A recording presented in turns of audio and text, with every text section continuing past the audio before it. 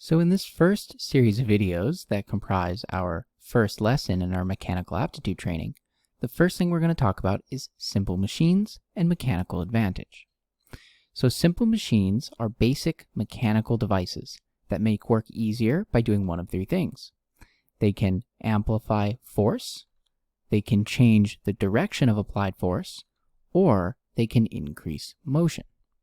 And simple machines reduce effort by providing what's called a mechanical advantage. Now we'll go into much more detail about mechanical advantage here in a moment and through the remainder of the videos in this lesson. But the key takeaway for now is that simple machines are the building blocks of more complex tools and mechanisms that are used in everyday life. And this is fundamentally because they do afford this mechanical advantage. So there are many different types of simple machines, but in general, it's said that there are 6 classical simple machines, and the other types of simple machines are simply modifications of these 6. So let's cover them briefly, but don't worry, they will be the subject of individual videos later in this series.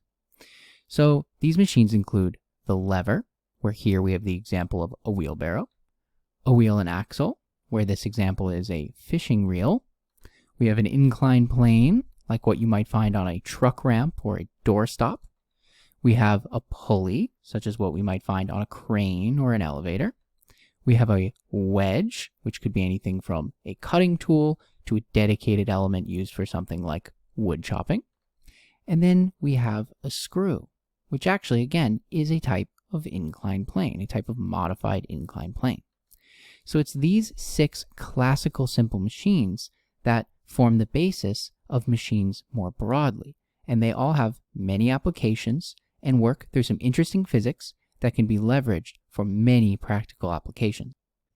So we've already said that our interest in simple machines fundamentally arises because they provide mechanical advantage. So mechanical advantage is the ratio of the output force to the input force in a simple machine. And we can express this a little bit more mathematically with the following expression. We can write that the mechanical advantage is equal to the output force divided by the input force. So let's consider what this actually means.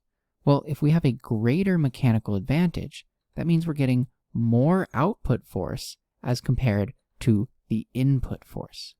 So therefore, we can consider the mechanical advantage as a measure of how much a machine multiplies effort. Now remember, we don't have to use simple machines. We are using simple machines because they make our lives easier.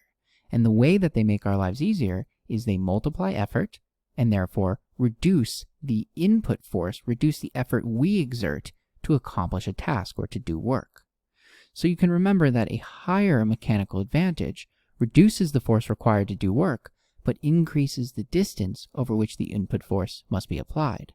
And if that is a lower mechanical advantage, well, this requires greater input force, but reduces the distance over which the input force must be applied. Now that will make more sense as we continue to discuss mechanical advantage for specific simple machines in different scenarios. So for now, just remember that higher mechanical advantage reduces the force required, it reduces effort, and if you have a lower mechanical advantage, well then this will require more effort. So again, we'll take a look at all of this in more detail, and we'll put it into the context of different simple machines in specific scenarios.